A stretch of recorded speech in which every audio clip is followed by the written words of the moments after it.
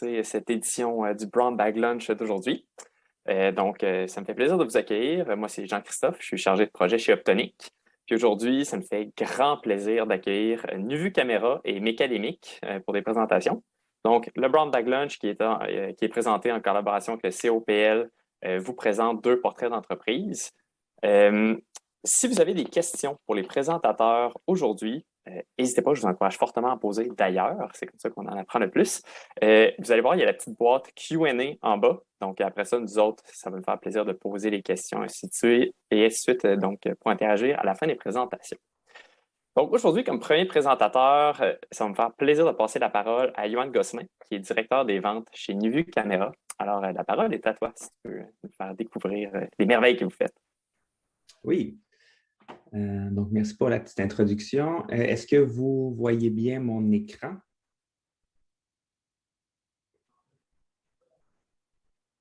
Oh oui, tout est beau. Parfait. Donc, ça me fait plaisir d'être ici pour vous parler un peu de Nuvu Caméra. Donc, le Brown Bag Lunch, pour nous, c'est une opportunité vraiment intéressante pour parler de nos postes qui sont ouverts. Donc, en ce moment, on recrute, on est en pleine expansion. Donc, si jamais il y a des intéressés, vous pouvez aller sur notre site web. Là, il y a une adresse pour les CV qui va être aussi à la fin de la présentation.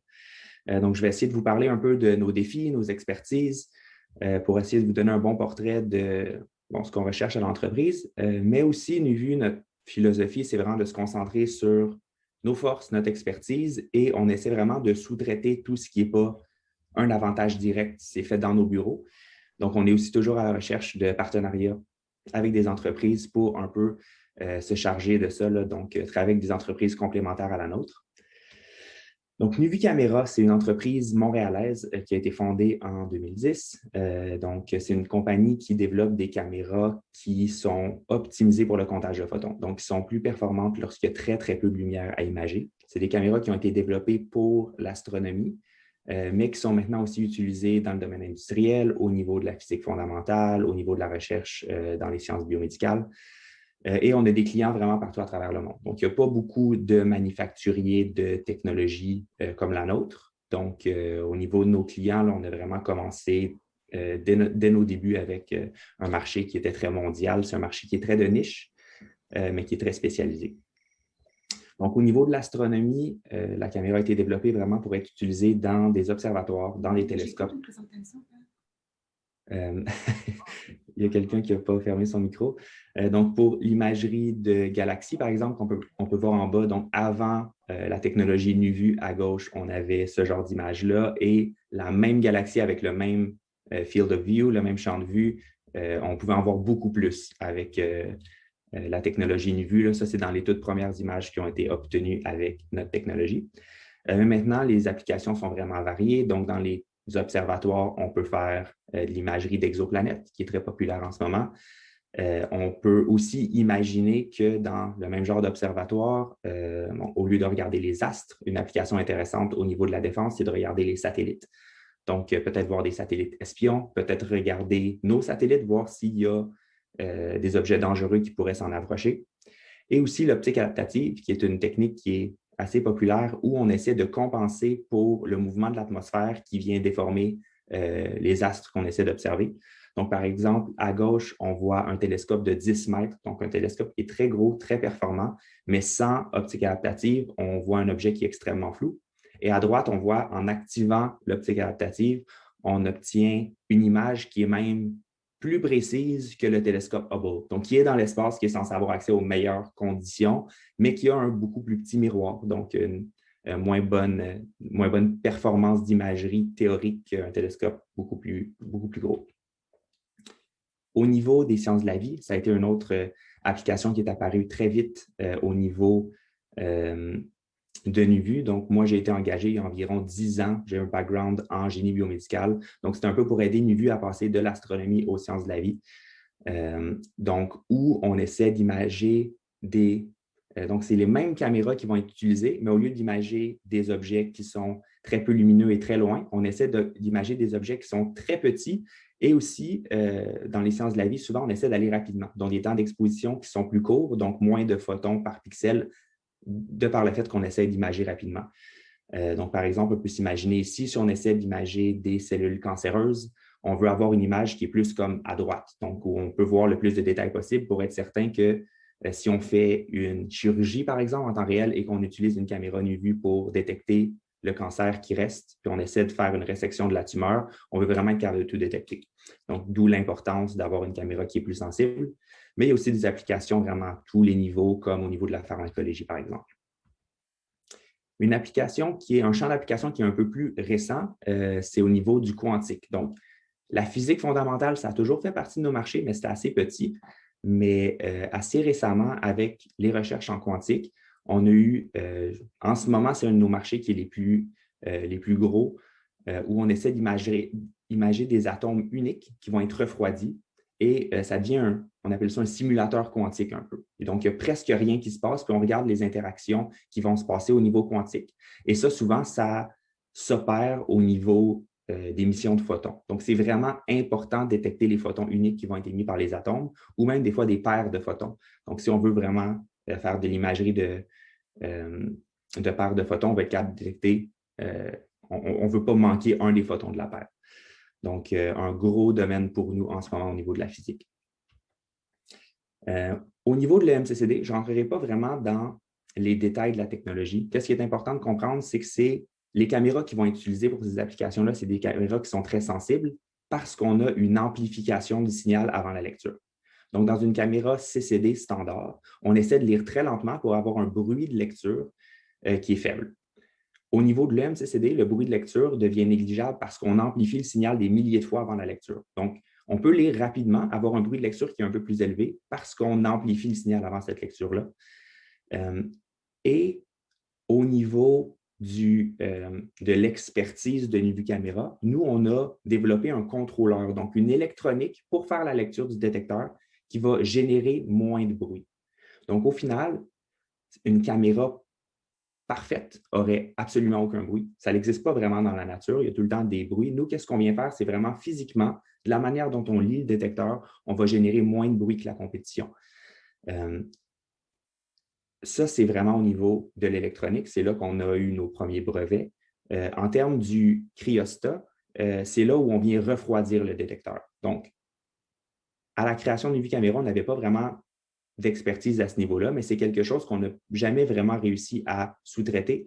Donc, on a vraiment un département mécanique qui travaille très fort sur le refroidissement de ce senseur-là. Donc, c'est de l'expertise au niveau du travail sous vide, au niveau du refroidissement, au niveau de la gestion de la chaleur qui va être émise par l'électronique et par le senseur. Donc, c'est vraiment les deux aspects au niveau de l'électronique et au niveau de la mécanique où on a une expertise chez NUVU Caméra maintenant.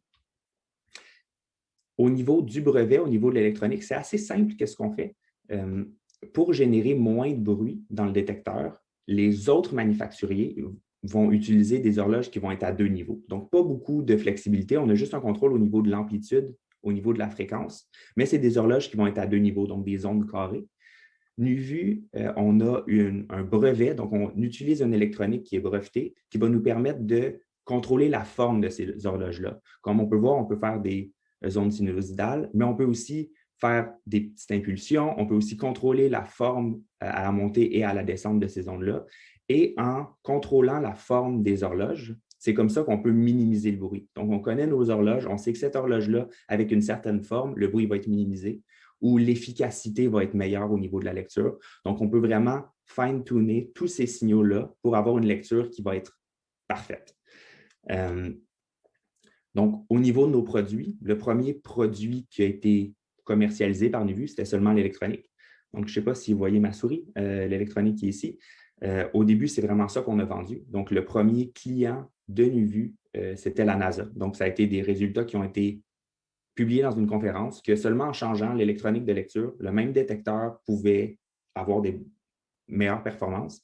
Et la NASA a approché Olivier Daigle, un cofondateur de l'entreprise, et disait qu'il travaillait sur une électronique comme ça depuis longtemps, mais qu'il n'était pas capable d'avoir de bons résultats. Donc, il aimerait juste ça, acheter un prototype.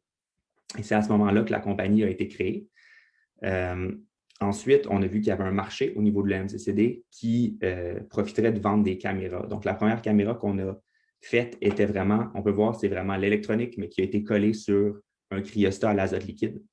Donc, ces cryostats-là, c'est des cryostats qui étaient sous-traités. Donc, on achetait le cryostat, on mettait de l'électronique dessus. L'azote liquide est très puissante, donc ça permettait d'avoir une température de refroidissement qui était très basse. Mais un système à l'azote liquide, ce n'est pas ce qui est le plus pratique d'utiliser dans les centres de recherche. Surtout en biomédical, on ne veut pas avoir de l'azote liquide près d'échantillons vivants ou peut-être même d'un patient. Avoir à remplir la caméra à chaque quelques heures, ce n'était pas quelque chose qui était intéressant pour eux. Mais en astronomie, les gens étaient habitués d'utiliser ce genre d'instrument-là.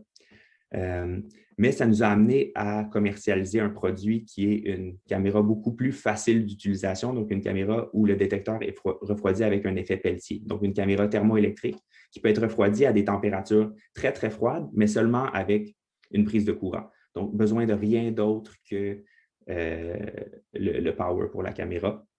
Donc, maintenant, c'est notre produit qui est le plus vendu, qui va être utilisé en astronomie aussi, en biomédical, en physique, c'est le produit qu'on va vendre le plus. Donc, le produit qui inclut encore notre électronique brevetée, mais qui a un refroidissement qui est facile d'utilisation. Tout récemment, on a aussi commercialisé des caméras TDI. Donc, des caméras TDI, c'est des caméras qui vont être CCD, qui ne sont pas des caméras EMCCD, mais où la sensibilité est quand même très importante parce qu'on va lire, c'est une caméra qui est vraiment line scan. Donc, on va lire ligne par ligne et c'est des caméras qui sont utilisées en ce moment pour faire de l'inspection de pièces. C'est des applications qui sont industrielles, qui sont très contrôlées. Je ne peux pas en dire beaucoup sur la raison de pourquoi les gens ont besoin de ça, mais c'est très populaire en ce moment. Et il n'y a pas beaucoup de caméras sur le marché qui offraient ça. Donc, on s'est fait approcher par des gros clients industriels qui nous ont demandé, de par notre expertise d'imagerie à très faible bruit, de lire ces caméras-là très rapidement avec un niveau de sensibilité qui était très élevé, qui n'était pas disponible sur le marché. Donc, on a acheté des nouveaux détecteurs et on a fourni ce client-là pour un gros client. Et là, maintenant, c'est commercialisé à des compétiteurs de ce client-là aussi. Donc, une nouvelle application qui est intéressante pour nous. Un autre produit qui est unique à Nuvu Caméra, qui est vraiment intéressant. Donc, le genre de projet un peu custom qui nous différencie de la compétition. Donc, au niveau de la compétition, Nuvu Caméra, dans nos 11 années d'expérience, on est encore la compagnie qui offre le bruit le plus faible dans les caméras EMCCD. Donc, de toute la compétition, c'est nous qui avons les meilleures performances en termes de bruit. Mais on fait aussi des petits projets comme ça. On est une plus petite compagnie qui fait seulement des caméras EMCCD, contrairement à nos compétiteurs, ou des caméras très sensibles. Donc, ça nous permet d'avoir des produits comme celui-là, qui est une caméra EMCCD qui n'a pas besoin d'air du tout pour être refroidie. Donc, compatible avec des applications, des tests de satellites, par exemple, si on essaie d'envoyer une caméra dans l'espace à très faible budget, on peut envoyer cette caméra-là. Mais aussi, c'est utilisé assez régulièrement pour des vols dans des ballons. Donc, au niveau de l'astronomie, des fois, on essaie, les observatoires sont très hauts, mais dans des ballons, c'est encore plus intéressant. Donc, on envoie des télescopes sur un ballon, l'équivalent d'une montgolfière, mais à très haute altitude. Et à ces niveaux-là, il n'y a pas assez d'air pour refroidir la caméra avec les fans standards.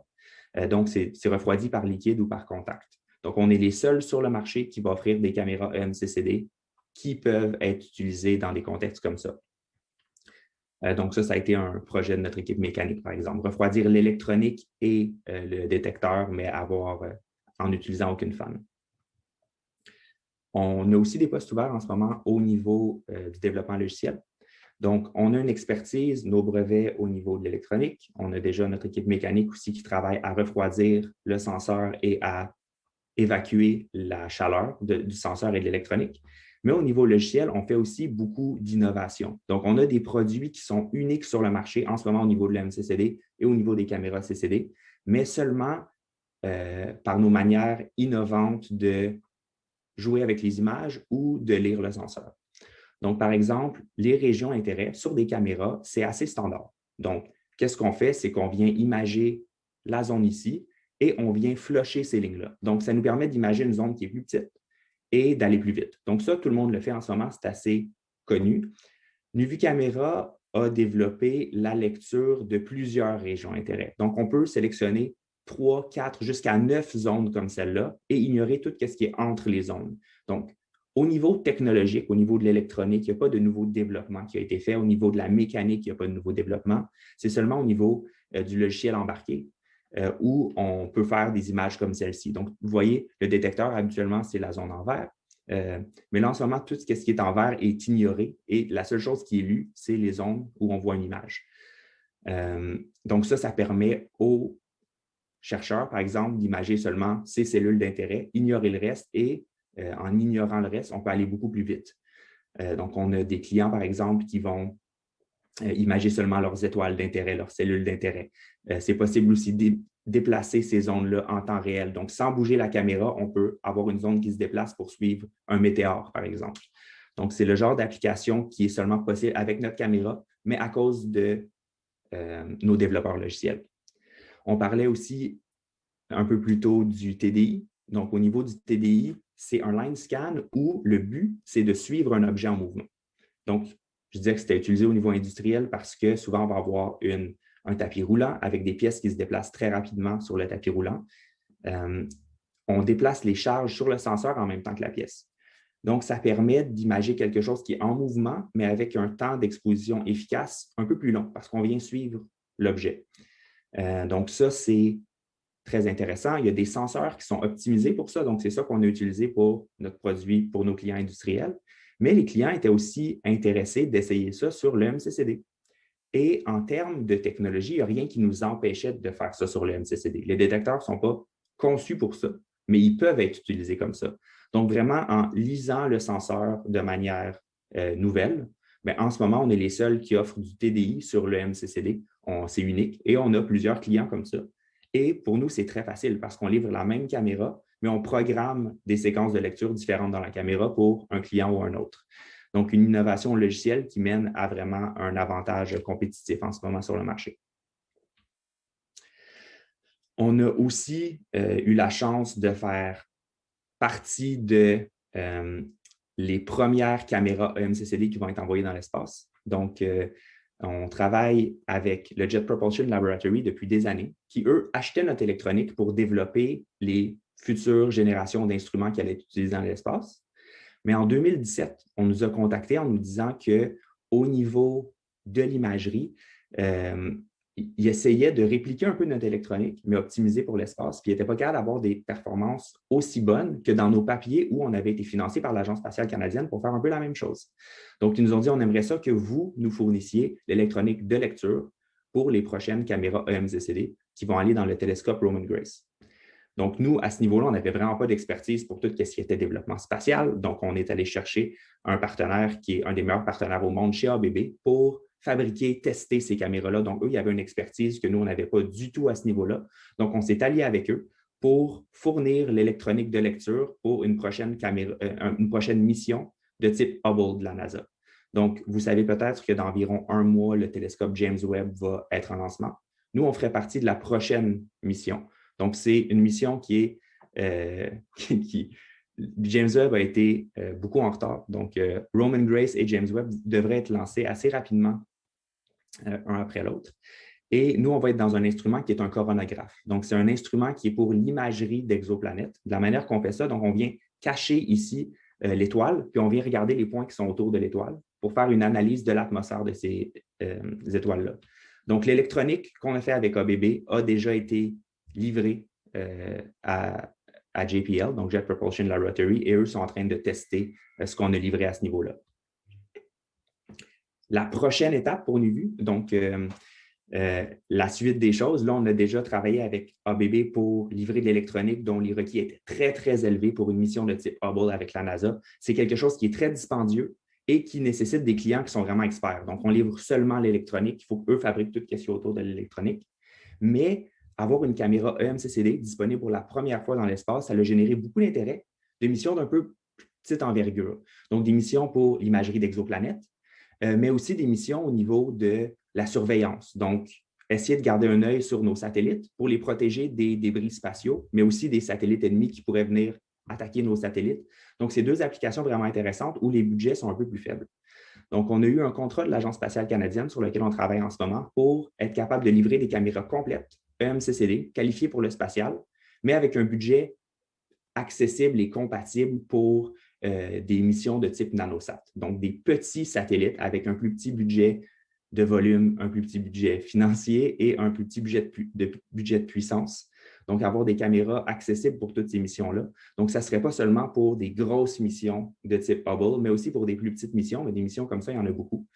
Et on reste quand même dans un budget de 1 demi-million à 1 million de dollars par caméra. Donc, ça, c'est vraiment intéressant pour nous. C'est ce sur quoi on travaille en ce moment. Je vais finir vraiment rapidement par une vidéo qui explique un peu qu'est-ce qu'on fait. C'est une vidéo de 1 minute 50 environ, où on voit notre équipe, on voit nos bureaux, on voit les cofondateurs. Donc, je vous laisse là-dessus. Je vais ouvrir mon micro et mettre le son. Donc, vous devriez entendre aussi. Chief Technology Officer of NewView Cameras. We are making high-quality EMCCD cameras. So it's cameras that are capable of seeing the single photon, single particle of light. We have two lines of cameras, the HNew, which is the latest products, and the EMN2 camera. The cameras are recognized as the most sensitive cameras in the world. You can see far objects like stars, for example, or infinitely small objects like cancer cells. We sell our products internationally in Asia, in Europe, in Australia. We conceive and manufacture our products in the Innovation District of Montreal. We have different clean rooms, laboratories, gray rooms. It's an innovation team, people that are not afraid of change, people that can think outside of the box. We are continuously innovating from new features in the camera to new products that we want to develop to how we build the cameras themselves. Having the feeling that we can make the research go further, it's also very gratifying because our cameras could have an impact in the world.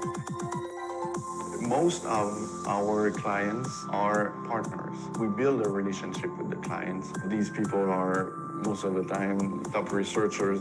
They will break new barriers in their fields, and we help them be able to do that.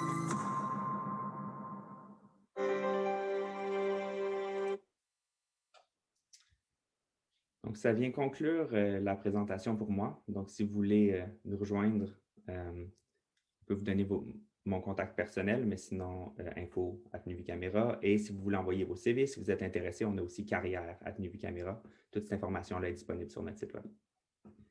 Merci. Et, franchement, merci, Yoann, pour ta super présentation. C'était vraiment génial. J'ai beaucoup appris. Je pense que les gens vont vraiment apprécier. D'ailleurs, si vous avez des questions, n'hésitez pas à les envoyer dans la section Q&A. Et d'ailleurs, j'en ai déjà pour toi, Yoann. Fait que je commence avec une question de Madison, qui est aussi chef qui demande, est-ce que vos caméras sont présentement utilisées dans des contextes cliniques ou c'est plus dans des contextes de développement?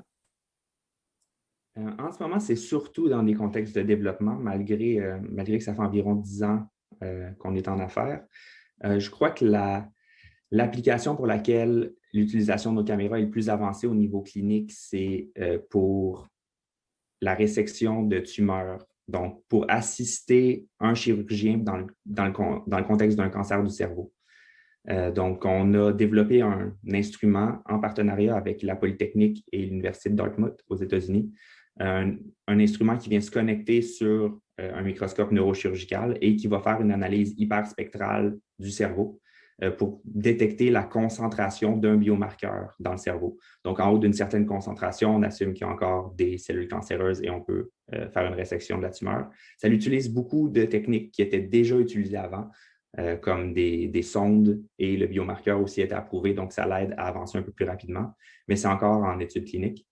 Je dirais que nos caméras, de par leur extrême sensibilité, au niveau clinique, ce n'est pas tout le temps pratique parce qu'on a besoin d'un environnement qui est complètement noir pour faire du comptage de photons. Donc, des fois, dans une salle de chirurgie, on ne peut pas s'assurer d'avoir les bonnes conditions. Ce projet-là a l'avantage d'être utilisé directement dans un microscope et de faire de l'analyse hyperspectrale. Donc, il n'y a vraiment pas beaucoup de lumière par longueur d'onde. Ça devient un peu plus facile de gérer la lumière parasite dans ces applications comme ça. OK. Sinon, j'ai une question de Patrick Orsini qui te demande, justement, on reste dans la même thématique un peu, là, pour l'application de détection de cancer, quelle est la bande de longueur d'onde qui est utilisée et est-ce que c'est par Raman ou par fluorescence? Je dirais qu'on a les deux en ce moment. Donc, on a, dans le même laboratoire, on a commencé à observer le spectre Raman, donc essayer de voir vraiment sans avoir à utiliser des biomarqueurs, voir si on est capable de différencier les tissus. Le défi, en ce moment, c'est quelque chose qui est déjà fait, mais avec des sondes. Donc, le défi de le faire avec notre caméra, c'est de le faire en champ de vue qui est large. Donc, avoir un spectre dans chacun des pixels, on vient vraiment perdre beaucoup de luminosité en s'éloignant puis en essayant d'avoir un champ de vue qui est beaucoup plus grand. Mais au niveau de la facilité d'utilisation pour les chirurgiens, c'est beaucoup mieux. On prend une image et on a une espèce de cartographie de la concentration du biomarqueur dans le cerveau. Pour le Raman, c'est quelque chose qui est un peu semblable. Donc, on essaie d'avoir un spectre Raman dans chacun des pixels et de différencier les tissus sains des tissus cancéreux. C'est encore en étude, mais on essaie un peu d'avoir les deux. On sait que l'utilisation de biomarqueurs nous limite à l'efficacité du biomarqueur. Donc, si le biomarqueur n'a pas été exprimé dans la cellule cancéreuse, même si on a une excellente sensibilité, bien, on est limité à ce niveau-là, tandis que le Raman n'a pas ces défis-là. Mais il y a des défis différents en termes de complexité, de différenciation des spectres. OK. Une autre question de Denis Morris, cette fois, qui te demande si vous fabriquez vous-même les dispositifs CCD, puis si vous le faites en salle blanche. Donc, on ne fabrique pas les dispositifs CCD. Donc, c'est une des raisons pour laquelle NuVu, on a un avantage qui est si élevé par rapport à la compétition, c'est qu'il y a un manufacturier en ce moment qui fabrique les dispositifs EMCCD. Donc, c'est Teledyne. Avant, c'était E2V au UK, mais qui ont été achetés par Teledyne. Donc, c'est une compagnie dans les Royaumes-Unis qui fabrique ces détecteurs-là. Et tous les manufacturiers de caméras scientifiques EMCCD utilisent les mêmes détecteurs. Donc, nous, on est les seuls avec le brevet sur l'électronique qui nous permet de minimiser le bruit. Donc, en ayant tout le monde qui utilise les mêmes senseurs, on est vraiment ceux qui se différencient le plus au niveau de la sensibilité avec notre électronique. OK.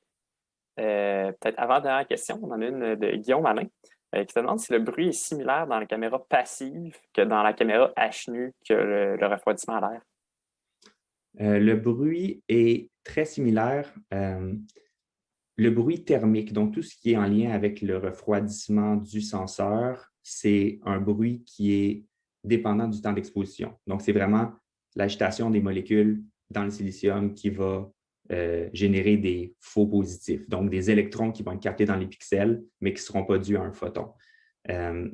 Donc, plus le temps d'exposition est long, plus on va avoir des faux positifs qui vont être dus à l'effet thermique. Au niveau du passif versus air, la seule chose qui va changer, c'est la température du senseur. Donc, si les conditions d'utilisation de la caméra avec le refroidissement passif ne permettent pas d'avoir un senseur qui est très froid, on va prioriser des acquisitions qui sont rapides pour avoir le moins d'effets thermiques dans nos images. Mais je te dirais que souvent, c'est assez efficace. Donc, ça dépend vraiment du dispositif sur lequel nos caméras vont être installées, mais il y a moyen d'avoir des détecteurs qui sont très, très froids, même avec un refroidissement passif. Là. Tout dépend du bloc de contact ou du liquide qui est utilisé pour faire le refroidissement, mais ça peut être encore plus efficace que les fans à ce niveau-là. OK. Puis peut-être comme dernière question, rapidement, tu as parlé de partenariat au début de la présentation. Tu nous as présenté vraiment une histoire de succès avec ABB.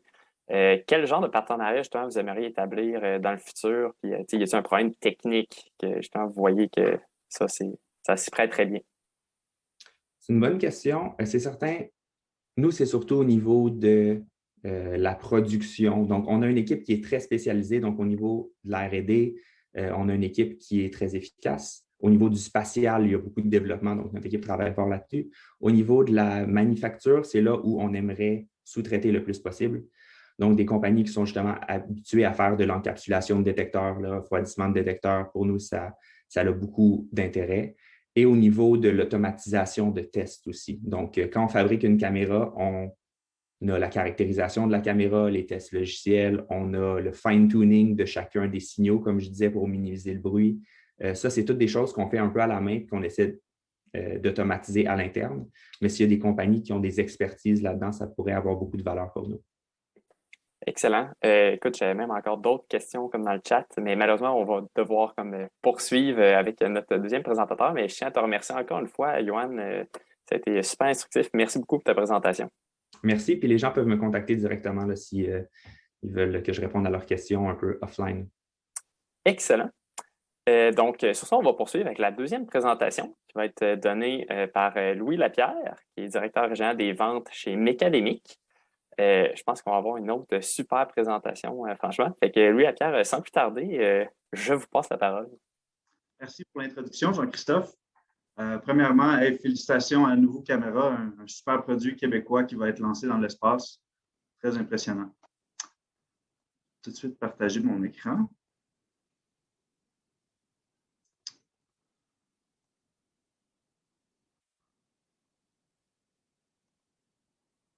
Donc, est-ce que tout est beau pour la présentation? Vous voyez bien mon écran? Tout est parfait. Thumbs up, merci. Parfait. Ben, le but de la présentation, c'est évidemment que vous connaissiez Mécadémic, que vous saviez d'où on vient, qu'est-ce qu'on fait, mais aussi de vous introduire au sujet de la micro-robotique. Ceux qui ne savent pas, Mécadémic, on fabrique les plus petits robots industriels au monde. Donc, c'est ça, on est un peu des outsiders dans le cercle optonique. Évidemment, on ne fabrique pas des composantes d'optique, mais des robots qui sont souvent très intéressants pour l'automatisation de tests, même d'assemblage de certaines composantes optiques. Donc, qu'on sache où qu'on s'en va, là, je vais vous parler un peu comment on structure la petite présentation d'aujourd'hui. Rapidement, je vous présente Mécadémic. Ensuite, sans trop rentrer dans les détails techniques, là, je vais vous présenter un peu les features principaux de nos solutions. Et ensuite, la partie plus intéressante, là, je vais vous montrer le robot en action, certaines applications typiques dans lesquelles on peut voir nos robots. Mécadémic, qui on est? La compagnie a été fondée en 2012, juste ici à l'incubateur du Santec. Je dis juste ici, mais je sais qu'il y en a qui sont dans la ville de Québec. Donc, c'est Iliane Bonnève et un de ses étudiants gradués qui ont fondé l'entreprise. Donc, Iliane est professeur et fait de la recherche pour la robotique de précision à l'ETS. Jonathan, c'était son étudiant. Donc, ensemble, avec les principes de la thèse de recherche de Jonathan, ils ont fondé l'entreprise. Ensuite, Philippe Jacombe et Éric Boutet se sont joints à l'entreprise. Éric est en charge de notre recherche et développement. Philippe, notre chargé des finances, pour donner des ailes un peu à l'expansion de la compagnie. Presque 10 ans plus tard, on est présent dans à peu près 40 pays. Cette présence globale ne serait pas possible sans nos partenaires à valeur ajoutée. Là, on travaille avec des distributeurs et des intégrateurs pour être en mesure d'offrir nos produits à l'international. Donc, on focus vraiment sur les petites pièces. On n'est pas là pour faire travailler dans une fonderie, par exemple. Donc, les applications qu'on voit le plus souvent, c'est dans des industries comme l'électronique, le médical, même l'horlogerie. Donc, c'est ça, nous, notre présence est surtout aux États-Unis et en Europe.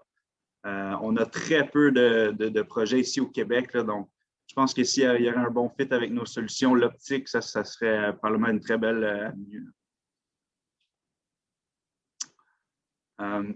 Donc, OK, je pense qu'on sait tous un peu c'est quoi l'automatisation. Le concept est toujours le même. On veut un peu réduire la dépendance humaine dans un processus donné. La robotique, qu'est-ce que ça fait? C'est très simple. La vraie beauté d'un robot industriel, c'est que ça va ajouter de la flexibilité à votre automatisation. Donc, si vous avez différents paramètres qui vont changer dans les manipulations à faire, un robot, c'est excellent parce que tu peux toujours avoir une stratégie de mouvement variante. Même tu peux vous pouvez le reconfigurer pour faire des tâches complètement différentes. Donc, c'est vraiment pour maximiser la flexibilité de votre automatisation. La robotique industrielle, c'est utilisé depuis plusieurs dizaines d'années. C'est un succès historique dans des industries comme l'automobile. Quand on pense à un robot industriel, on va souvent imaginer un gros robot orange manipuler une porte de voiture ou quelque chose comme ça. Ça, dans les industries comme ça, ils ne peuvent plus s'en passer. La question, c'est est-ce que les micro-manufacturiers, les manufacturiers qui travaillent avec des petites pièces, qui font des tests avec des composantes très fines, peuvent utiliser le même type de technologie? C'est ça, des compagnies comme Mécadémic, nous, on se spécialise vraiment à ouvrir la porte à l'automatisation par la robotique aux micro-manufacturiers.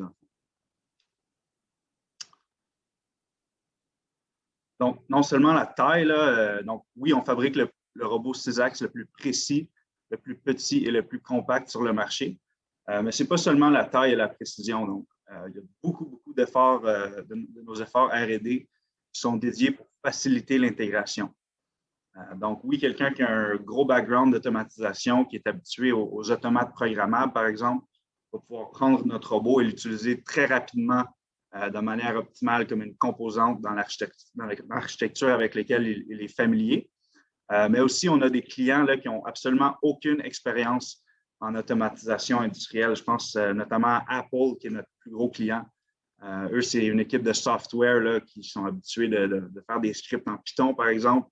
Donc, la bonne nouvelle, c'est que oui, on peut programmer notre robot avec des simples échanges TCP/IP. Donc, vraiment, quelqu'un qui a de l'expérience de programmation peut utiliser le langage de programmation de son choix, celui avec lequel il est familier pour contrôler notre robot.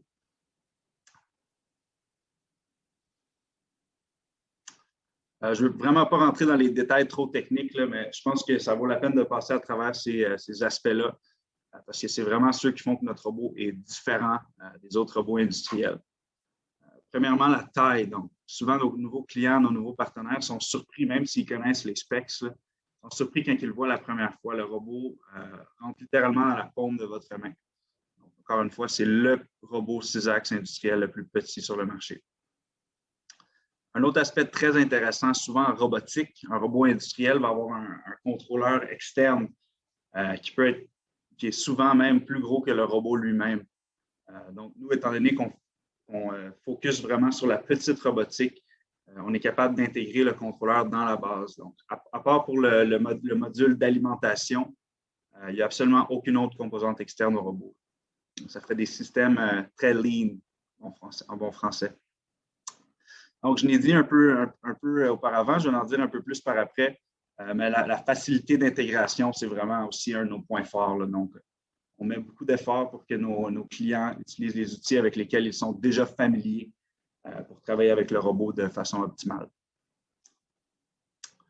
OK, aussi en robotique, souvent, donc si tu veux avoir une stratégie de montage à l'envers ou de côté, ça va prendre un autre robot, ça va prendre un différent numéro de pièce, je veux dire. Donc, nos robots peuvent être vraiment montés dans n'importe quelle orientation. Donc, pour le design mécanique, là, ça permet d'être un peu plus créatif. Souvent, c'est optimal d'avoir un angle d'attaque différent. Ça donne plus de portée au robot. Donc, quelque chose à considérer. Là, je m'adresse à des gens qui travaillent en optronique. Donc, on parle souvent de nanomètres ou de microns, là. Donc, nous, la bonne nouvelle, c'est que oui, on a la solution 6-axes industrielle la plus précise sur le marché. Donc, je sais que vous êtes habitué de voir des chiffres beaucoup plus petits que ça dans votre monde, mais 5 microns là, pour un robot industriel, c'est très impressionnant.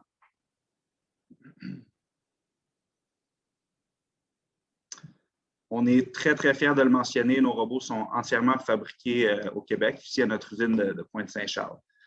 Donc, tout l'usinage de précision, le pick and place pour les boards électroniques, on fait ça ici au Québec.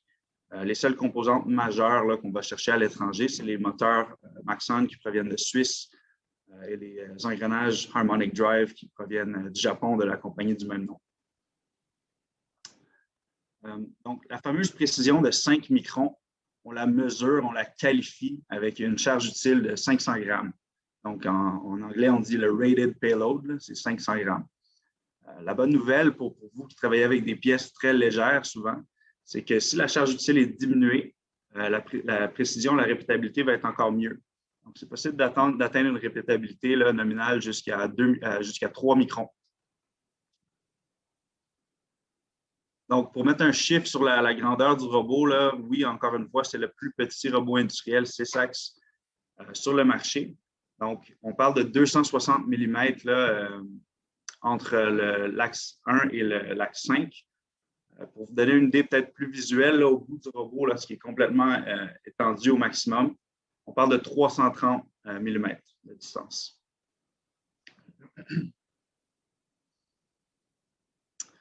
Donc, je sais que ce n'est pas tout le monde ici qui a de l'expérience avec la robotique, là, fait je pense que c'est bon que je vous montre rapidement, typiquement, fondamentalement, comment un robot 6-axes est programmé.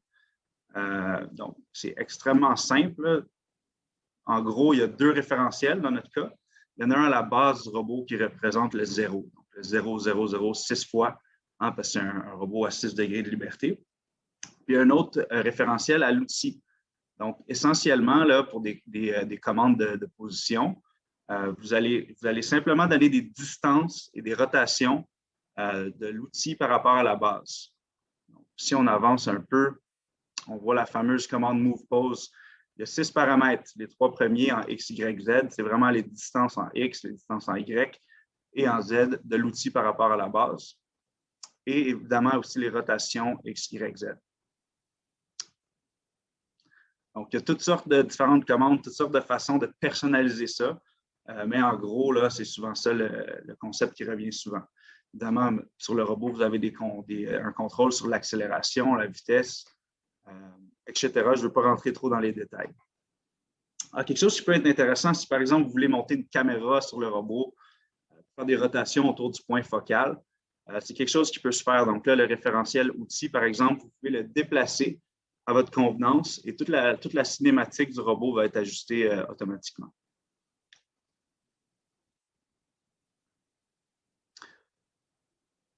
Ça, en passant, c'est notre interface web. Là, donc, dès que vous avez le robot avec vous, vous avez simplement à connecter avec un câble Ethernet au robot, à votre laptop, par exemple. Vous entrez l'adresse IP et vous avez tout de suite accès à cette interface très intuitive là, pour contrôler le robot.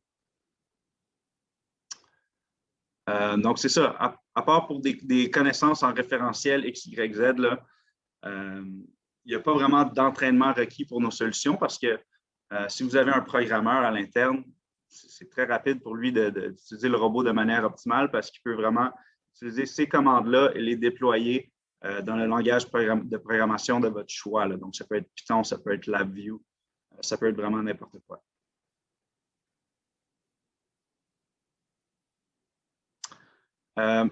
On fabrique quelques préhenseurs là, qui sont en option. On travaille beaucoup avec Schank, qui est une compagnie allemande vraiment spécialisée là-dedans. Eux, ils fabriquent tous les aspects mécaniques. Nous, on intègre notre électronique à l'intérieur pour une facilité d'intégration. Donc, oui, on offre quelques préhenseurs, quelques grippers, qu'on dit, mais l'idée est que vous pouvez monter absolument n'importe quoi sur le robot. Là. Ça peut être un truc pour dispenser de la colle de Nordson, par exemple. Ça peut être une probe si vous voulez tester quelque chose. Ça peut être une caméra, donc pour des applications d'inspection. Il n'y a pas vraiment de limite. Là. La seule différence, c'est que si vous avez un contrôle électrique ou pneumatique à faire sur votre effecteur, vous devez passer les câbles ou les tuyaux à l'extérieur du robot dans ce cas-là. Donc, oui, aussi à droite, le module d'alimentation. Donc, ça, c'est vraiment la seule autre composante externe. Là. Donc, évidemment, c'est un convertisseur pour alimenter le robot. Et aussi, il y a un arrêt d'urgence intégré. Donc, très, très compact si on considère tous les éléments. Donc, nous, notre solution vedette, le Mecha 500, c'est un robot 6-axes. Donc, si on veut vulgariser ça, c'est un peu une émulation d'un bras humain, sauf beaucoup plus précis, beaucoup plus répétable. Donc, pour cette raison-là, il y a vraiment une quantité très, très, très longue d'applications possibles. En électronique, ceux qu'on voit le plus, ça va être des micros-assemblages, donc assembler des très petites composantes ensemble. Beaucoup d'inspections et de tests. Ça, c'est très varié. Là, donc, on peut simplement faire des rotations à une pièce sous une caméra pour faire un contrôle qualité. On peut tester des genres de centrales inertielles, IMU, utiliser le robot comme une valeur d'entrée à laquelle on fait confiance pour établir la qualité de chip comme ça. Vraiment, il y a une infinité de possibilités. Là. Application de colle. On voit beaucoup d'applications de vissage dans l'électronique, simplement pour visser des PCB dans du packaging. Donc, vraiment, vous pouvez imaginer ce qu'un bras humain peut faire dans un petit espace avec précision. Généralement, avec les efforts d'intégration appropriés, nos solutions robotiques peuvent le faire. OK, donc la partie intéressante, je vais vous montrer quelques applications, peut-être pour inspirer. Donc, récemment, on a eu un projet au Royaume-Uni avec un partenaire intégrateur qui fabrique des machines avec nos robots pour dégainer de la fibre, manipuler de la fibre et souder cette fibre sur un PCB. Donc, pour ce qu'il voulait faire, pour le design qu'il avait en tête, le Mecha 500, c'était vraiment la seule solution possible, là, simplement parce qu'il y avait besoin d'un robot sériel pour avoir la flexibilité, pour avoir le reach pour aller chercher ses composantes, mais aussi il y avait besoin d'une précision dans l'ordre presque du micron. La bonne nouvelle pour le Mecha 500, c'est que oui, on a la répétabilité nominale de 5 microns, mais on peut faire des mouvements d'une résolution de 1 micron. Donc, si on jumelle le Mecha 500 avec un système de vision à haute résolution, puis on corrige un peu la position avec des mouvements incrémentaux, on peut aller chercher une précision finalement de 1 micron avec un feedback de système de vision. On a découvert qu'on avait une résolution de 1 micron avec une collaboration avec la NASA. Donc, comme nous, là, on a eu la chance de collaborer avec la NASA. Eux, c'est une application vraiment qu'on n'a jamais vue, là. Ils utilisent notre robot pour manipuler de la poussière de lune sous un microscope. Donc, c'est vraiment un opérateur humain qui va utiliser la précision du bras pour faire des applications de données. Donc, pas quelque chose qu'on voit tous les jours. Donc, on n'est pas du tout en optique, là, mais j'aime beaucoup ça montrer cette vidéo-là. C'est dans l'industrie de l'horlogerie. Donc, on a un partenaire là-bas, Orosys, qui est vraiment spécialisé là-dedans. Donc, lui, il fabrique des machines avec nos robots pour assembler des montres, tester des montres. Donc, des montres suisses qui contiennent plusieurs composantes de haute précision. Donc, à ma connaissance, on est les premiers robots industriels CESAX utilisés dans cette industrie-là, là, à cause de la nouvelle précision qu'on peut amener au marché.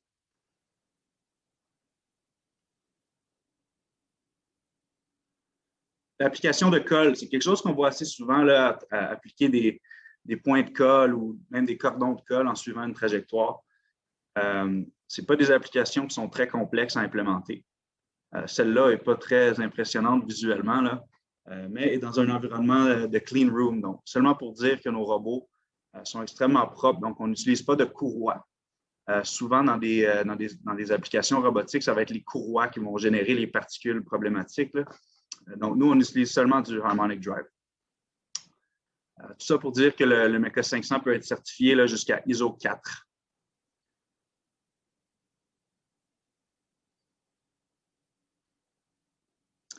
Ah oui, ça peut être intéressant. Là. Une autre manipulation de pièces relativement petites, là. On peut aller beaucoup plus petit que ça en passant. Mais c'est des systèmes d'alimentation flexibles. L'idée est très simple là, avec la tendance high mix, low volume qu'on voit de plus en plus. Les manufacturiers veulent des cellules d'alimentation flexibles, hein, des cellules d'alimentation qui peuvent faire différentes tâches. Donc, au lieu d'avoir une alimentation dédiée à une seule pièce, des genres de plateformes vibrantes comme ça qu'on voit qui vont être pour laquelle l'intelligence est fournie avec un système de vision. C'est quelque chose qu'on voit de plus en plus. Donc, l'idée, c'est que le robot va être capable de prendre différentes pièces, de se faire présenter différentes pièces avec la même plateforme d'alimentation. Donc, l'idée est simple, la caméra détecte la pièce optimale à prendre, envoie la coordonnée au robot. C'est dans un plan 2D, là, donc c'est assez simple. Le robot, il va prendre la pièce.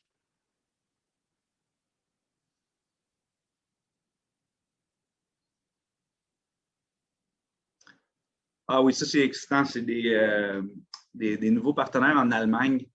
La compagnie s'appelle InnoSize. Donc, ils fabriquent des préhenseurs qui émulent un peu la peau d'un gecko. Donc, il n'y a pas d'électricité, il n'y a pas d'air, il n'y a pas de système pneumatique derrière ça. C'est vraiment juste des micro-ventouses là, qui donnent la propriété à leur préhenseur de prendre des pièces, un peu comme un gecko le ferait pour monter un mur. Donc, on voit de plus en plus d'applications de micro-manipulation avec ça. C'est des solutions qui sont extrêmement propres, extrêmement appropriées pour manipuler des micro-composantes. Peut-être intéressant pour l'optique.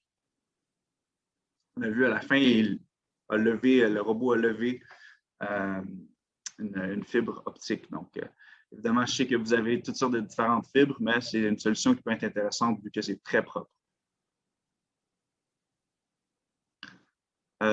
Pour terminer, simplement pour vous donner un aperçu de nos clients, là, nous, une bonne partie de nos ventes, c'est dans l'électronique. Notre plus gros client, c'est encore Apple qui utilise nos robots pour des tests électroniques, des tests de différentes chips. Malheureusement, c'est ça, on est content de les compter parmi nos clients, mais ils sont extrêmement discrets avec ce qu'ils font. Encore une fois, on fabrique une solution 6 axes. Hein?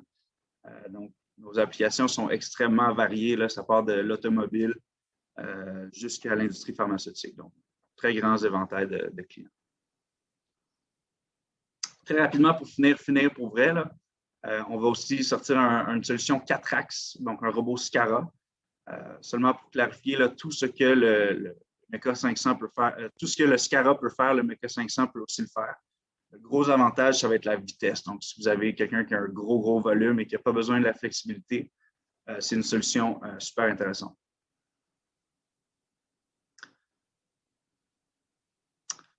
Pour conclure, quelques événements qu'on a présentement. Mecademic est présent à travers un partenaire Next Robotics à Munich à l'événement Productronica, donc un événement vraiment focusé sur l'électronique. On a récemment animé un webinaire sur la micro-automatisation avec notre partenaire Gritech en Suisse, qui couvre vraiment de manière détaillée là, les défis typiques qu'on va rencontrer lors d'une implémentation d'une cellule de micro-automatisation. Je pense que ça pourrait vous donner un aperçu des défis qu'on peut rencontrer lorsque les pièces sont dans l'ordre, lorsque les tolérances sont dans l'ordre du micron. Et aussi, le meilleur événement qui s'en vient, on s'en va avec Mecademic s'en va avec la délégation d'Optonic à l'événement Photonics West l'année prochaine. Donc, on a très hâte. Merci encore pour Optonic pour l'organisation. Donc, c'est tout pour ma présentation. Merci d'avoir écouté. Nous autres aussi, on a hâte à Photonics West. Ça va être vraiment le fun. Puis en plus, on va pouvoir savoir en vrai. Ça va être incroyable. C'est ça. Fait que, merci vraiment de nous avoir fait découvrir Mecademic. Et pour vrai, c'est vraiment le fun de voir puis juste d'imaginer tout ce qui doit être possible avec des robots comme ça, puis vraiment précis. C'est incroyable. Tous les jours, je vois des applications comme wow, c'est toujours vraiment différent. On voit toutes sortes d'affaires. J'imagine. Puis justement, j'invite les gens comme à mettre leurs questions dans le chat. Mais moi, j'en ai une pour toi tout de suite. Ouais. Justement, j'imagine. En fait, j'ai quasiment de la difficulté à imaginer ça va être quoi le futur de mécanique avec l'intelligence artificielle puis tout, à quel point vous allez pouvoir faire des choses incroyables. Comme de votre point de vue, c'est quoi qui s'enligne, disons, pour le futur dans les 5 prochaines années chez vous, comme les grands projets? C'est ça, là, pour l'intelligence artificielle, c'est un peu spécial parce que le robot, c'est vraiment une composante slave. Donc, lui, tu lui donnes une position, il va y aller. Mais de plus en plus, on a des clients qui vont utiliser l'intelligence artificielle pour contrôler le robot. Donc, dans le master, il va y avoir de l'intelligence artificielle qui vont ultimement donner des positions au robot que le robot, lui, va atteindre. Donc, dans les prochaines années, on est vraiment plus focus sur le développement de nouveaux produits, donc de nouveaux robots, comme le Scara, par exemple, qui vont nous permettre de pénétrer des nouveaux marchés. On a aussi le Mecha 1K, j'en ai pas parlé, qui va être un peu le grand frère du Mecha 500, donc un peu plus grand, un peu plus fort, donc va être capable de prendre des plus grandes charges utiles et plus rapide aussi. Donc, ça, c'est pour 2022-2023. OK. Puis, tu dirais que c'est quoi, mettons, vos plus grands défis techniques en ce moment, vers où voulez vous diriger? Ça, c'est une très bonne question. Là. Je te dirais que c'est beaucoup dans l'analyse de risques, là, souvent, surtout en Europe. On a des clients qui utilisent nos robots dans des machines, puis eux, ils disent que c'est à peu près 25% des efforts pour faire certifier leur machine. Donc, il faut vraiment qu'ils évaluent chaque scénario possible. Là. Donc, c'est ça, on travaille de près avec les autorités dans ce domaine-là pour pouvoir simplifier le travail le plus possible à nos clients importants qui font des machines comme ça. OK. J'ai peut-être une autre question pour toi. Tu as parlé qu'on pouvait utiliser n'importe quel logiciel pour faire fonctionner vos robots. Ouais. Ça, c'est quand même un switch avec peut-être l'ancienne mentalité là, des logiciels propriétaires. Comment la science verte, toute la mouvance du open source, ça touche votre industrie, à ton avis?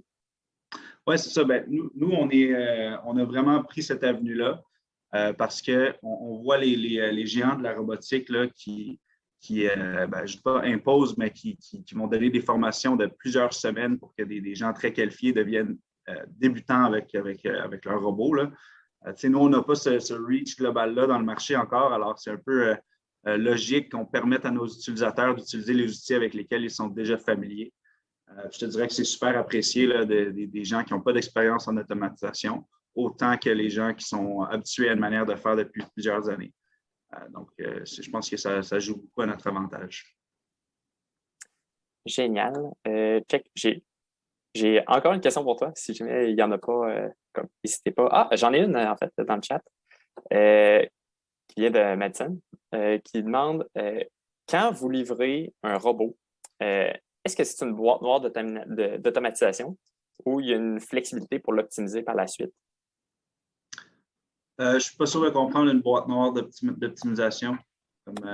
Dans le fond, je pense que c'est, mettons, le client, il peut-tu essayer de reconfigurer votre robot un petit peu de l'intérieur pour faire des choses qui n'étaient pas prévues? C'est vraiment, vous pouvez voir le Mecha 500 comme une composante d'automatisation extrêmement flexible. Vous pouvez le voir comme un positionneur 6-axes.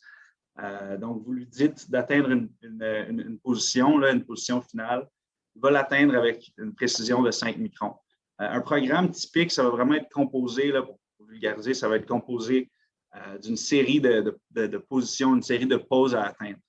Donc, oui, c'est vraiment le client ou l'intégrateur qui a le plein contrôle sur ce que le robot va ultimement faire. Là. Super. Puis, je te donne sur une note peut-être un petit peu moins scientifique ou business. Là, à ton avis, c'est quoi la grosse force de votre équipe chez Mecademic? Oui, bien c'est ça. On est encore une petite équipe. Là. Je pense qu'on vient juste de taper le 30 employés. C'est que moi, je suis plus du côté vente, développement d'affaires. Donc, quand j'ai des clients qui ont des requêtes ou des problèmes, l'équipe R&D est juste à côté. Donc, je peux marcher puis aller dire, OK, est-ce qu'on peut faire ça? On peut le faire quand? Donc, je te dirais, là, la plus grande force, c'est la communication, sans aucun doute. Génial. Fait que ça serait avec ça qu'on va terminer aujourd'hui nos super présentations du Brown Bag Lunch. Je tiens vraiment à remercier encore une fois nos deux présentateurs de NuVu et Mecademic. Puis merci aussi à toute l'audience. Merci toujours de nous rejoindre pour les Brown Bag Lunch. Justement, on vous donne un rendez-vous pour dans 2 semaines. On va en avoir un autre. Donc, c'est un rendez-vous. Sur ce, à bientôt tout le monde. Merci tout le monde.